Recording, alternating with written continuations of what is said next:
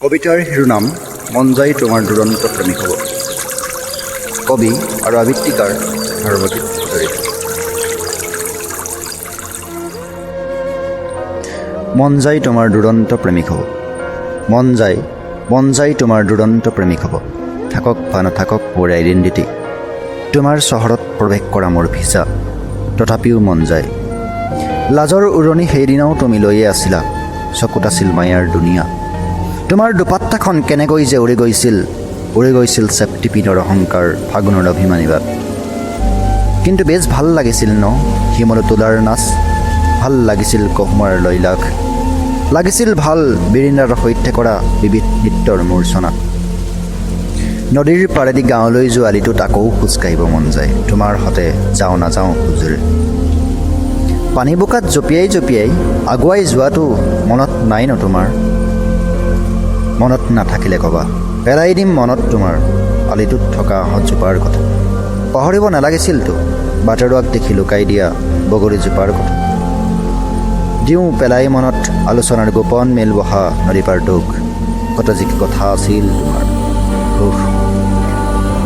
হয়তো নদীৰ মোহনাত, নহ'লে পূৰ্ণিমাৰ জোনাকত, হাচনাহাৰ গন্ধত, পৰ্বতৰ সীমনাত ৰৈ এখন্তেক ভাৱত ডুব যাওঁ। হাইৰে কি পাগলী অতীত। এতিয়াও তোমাৰ ভাৱত বিলীন হওঁ নিয়মিত নিখন্দেশে, ক'লে জানো বিশ্বাস হ'ব তোমাৰ? আজি স্মৃতিৰ পথাৰত গজি উঠা বনজোপাক মই চিনিব পাৰিছোঁ চিনিব মই তোমাৰ সৌন্দৰ্য ললিমাৰ গৌৰৱ কিহৰ। তোমাৰ কৃত্ৰিমতাত সাজযোৰে পোৱা নৰদূত দেখি চকুলাল হয়, মুখত দৈত্যৰ উদাত্ত হাঁহি নিগৰি ওলাই আহে তোমাৰ চহৰৰ আইন উলংঘা কৰি। কি যে তোমাৰ বৰ্তমানৰ সাজোন শৈলী, আধুনিকতাই তছনছ কৰি গ'ল ন তোমাৰ দৈনন্দিন সূচী।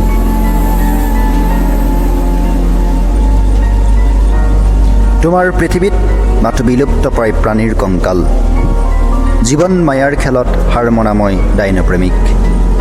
গাঁৱত তছনছ হোৱা সপোন বনৰ হৰিণা হৈ ৰ'ল, সংৰক্ষণ কৰা তোমাৰ অভয়াৰণ্যত মই চকীদাৰী কৰাৰ কেইবাবছৰ গৰকিল।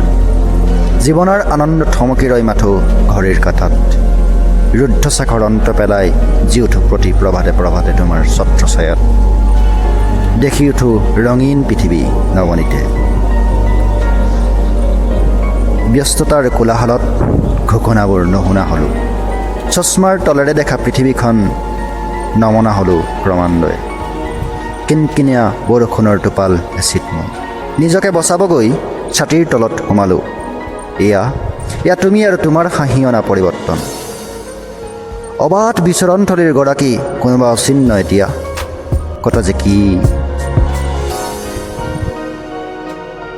তুমি যে অভিমান কৰিছা, কোৱাটো নাই মই তোমাক মোক ভাল পোৱা বুলি, মাথো মনত পেলাই দিছোঁ তোমাক। তুমিও যে মোক কৈছিলা মই তোমাক ভাল পাওঁ স্বাভিমানী, আৰু সেই নামটো মোৰ মনত আছে নহয়, তোমাৰ দুৰন্ত প্ৰেমিক। অতীত পাহৰি আকৌ এবাৰ মন যায় তোমাৰ দুৰন্ত প্ৰেমিক হ'ব, নতুনকৈ নাম লৈ প্ৰেমৰাজ। ধন্যবাদ।